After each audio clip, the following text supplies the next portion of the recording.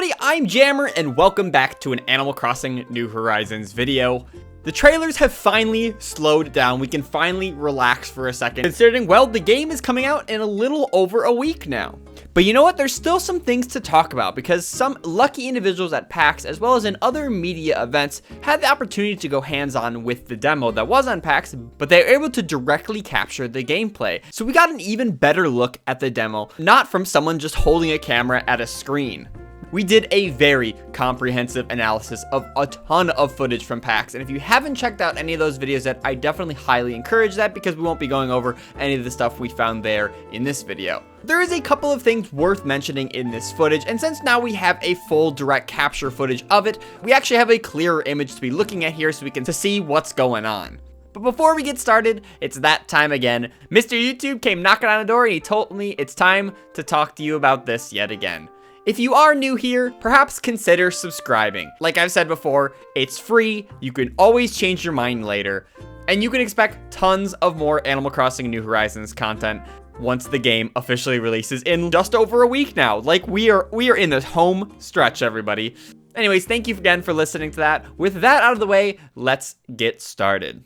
I think a great place to start with this direct capture footage is some of the characters that the players interacted with. We get our first look at Gulliver and the interaction he has with the player. We've already known that he was confirmed for the game and we saw him washed up on a beach. But now we can get a look at his full dialogue as the player tries to wake him up from being washed ashore. In this game, it looks like we're going to be collecting 5 communicator parts to basically repair his Nook phone so he can call his ship to return. And likely, like in past games, once you collect all 5 pieces, he'll give you a unique furniture piece from his world travels. He also mentions that he'll only be here for a few hours, reminding the player that this is a timed event. It's not like Gulliver's going to be here forever until you pick up his phone. And that is something series veterans, of course, are familiar with. But for those who are new or have never interacted with Gulliver before, it's a great way to indicate to the player, hey, I'm going to be here for a little while. You could help me out, but if you don't, I'll be gone anyways. The next character a player interacts with is Sahara. In the past, she had done home evaluations, where essentially she'd go with you to your house, come inside with you, and be like, yeah, you need some new wallpaper and flooring. And she would randomly give you a set of new wallpaper or floor, and sometimes it would be from her rare collection. And here in New Leaf, she has received a couple of changes. The first one is that she talks about how she provides more than just floors, but small, medium, and large rugs. So you can actually interact with her as a shopkeeper, and she can actually just outright sell you different rugs that you can put on the floor. Beyond that, she does continue to offer her mysterious wallpaper and flooring, aka her rand items from previous games. It costs a similar amount of 3,000 bells, but she doesn't have to go to your home to actually give it to you this time around, which speeds up the process a lot there, makes it a lot more convenient, and makes the interaction with Sahara just a lot more convenient. And then speaking of rare wallpapers, we actually do see the wallpaper the player gets in action, and it turns out to be yet another animated wallpaper, like we talked about from the previous trailer where there was the fish tank with the animated wallpaper. Here, you can see the moving clouds going across the wall within the ship deck wallpaper. Super cool to see more examples of this animated wallpapers, and I cannot wait to see even more in the full game. So even though we've seen it a lot before, we do get a full view of the museum tent. And this, of course, is the tent Blathers first sets up before you donate 15 bugs, fish, or whatever to him, and then he has the proper funding, apparently, to build the full museum. And speaking of which, we do get a better look at a full tour of the museum. Of course, this is all stuff we've seen before, but now we have a much better look at the layout through this direct capture footage. But the most interesting thing about the museum was the secret lab that was in the bug area that had a lot of people questioning what purpose it would even serve in the museum. And so now that we have this direct capture, we can see this lab a lot clearly.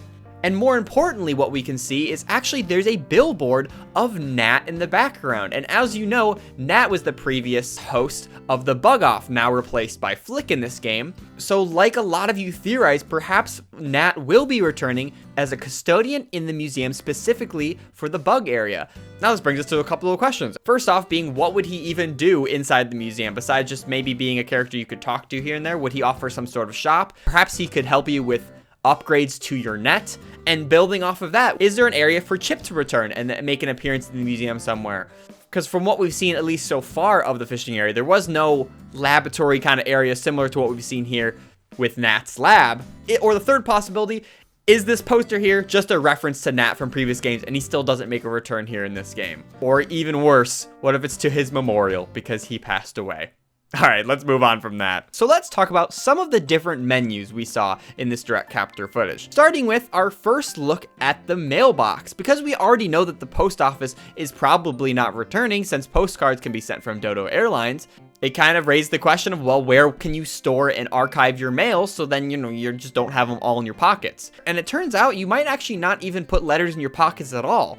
All your mail and archived mail looks like it'll be stored in the mailbox itself, because you can see right there in the lower left-hand corner, it says that there's 33 of 300 letters in the mailbox. Essentially, your mailbox is the storage of your letters right there. And of the recipients of the letters we see so far, we see letters from Mom, confirming your mom returns in this game, the HHA, which we've talked about plenty before and we already knew was returning in this game, and then of course a letter from the Bank of Nook. An interesting thing about the Mom letter is, in fact, we see the player pulling out one of the gifts that was sent from Mom, and when they opened it up, it was labeled as Mom's Candle Set. Does that confirm that there's going to be a Mom furniture set series in Animal Crossing New Horizons? So we have a better understanding how letters are saved, but the question then comes to being able to put presents back in letters. Because in previous Animal Crossing games, when your storage was filled out, you were able to put letters back in an open letter, and then you could actually store that letter at the post office, essentially being a secondary storage for like holiday stuff and other irreplaceable items that you just didn't want to hold on to but didn't need to access that often. From what we can see here, you can favorite letters, so there's a quick way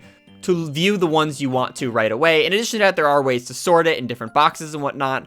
But it does make me wonder if that feature does return in any way. Can you put presents back in a letter and then back in your mailbox? Because your storage was always so constricted in previous games, but perhaps maybe that's a solution they solved here in New Horizons. Because speaking of which, we do see a view of a full storage inventory. We do at least see in the corner at this moment in time, you can store up to 240 different items. And at the top, there's a selection of different categories of items that can be stored in your storage.